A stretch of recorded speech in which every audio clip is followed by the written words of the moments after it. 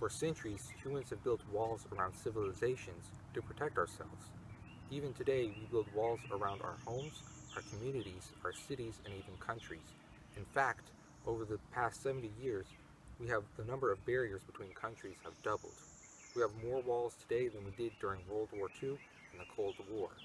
Obviously, events like 9/11 has caused the increase for walls. However, walls do not actually protect us. They only create a false sense of security. Walls will also create a separation and a division, an us versus them. The speaker of this TED Talk talks about the difference between physical walls and mental walls. Physical walls are obviously physical barriers between communities that divide them. Mental walls, however, are the mentality of those communities, the people living in those communities.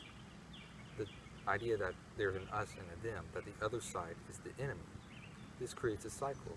Physical walls encourage mental walls, and mental walls empower physical walls. An example of this is the Berlin Wall.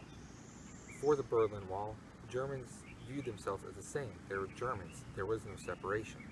However, during the construction of the Berlin Wall, two sides developed differently. All of a sudden, there was a separation. According to a study by the University of Frey of Berlin in 2005, Germans that grew up around this time still vastly overestimate the distance it takes to get from one side of the country to the other. There is still a division. However, there is a silver lining.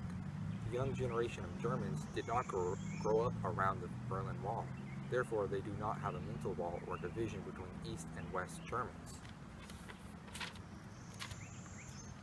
The speaker also talks about her time in Brussels, where she worked at an elementary school that was separated by a fence from another elementary school. One school had Belgian children, and the other school had immigrant children. There was a mental wall between the two schools. Even the children did not want to interact with children from the other side. The speaker decided to set up a social experiment. She put up stations around the fence on either side, as well as phones for the children to interact. All of a sudden, the children put aside their differences and started playing together. She set up an exposition for the parents and the teachers to see. After seeing photos of the children playing together, the parents and teachers were in favor of tearing the wall down. Walls create a separation. They divide us, as I stated earlier, and they reject diversity and innovation. In my opinion, diversity is important. Right? We can learn from other peoples and other cultures. In order to innovate and look towards the future, we have to open our arms to diversity and look at the similarities and commonalities we have between people.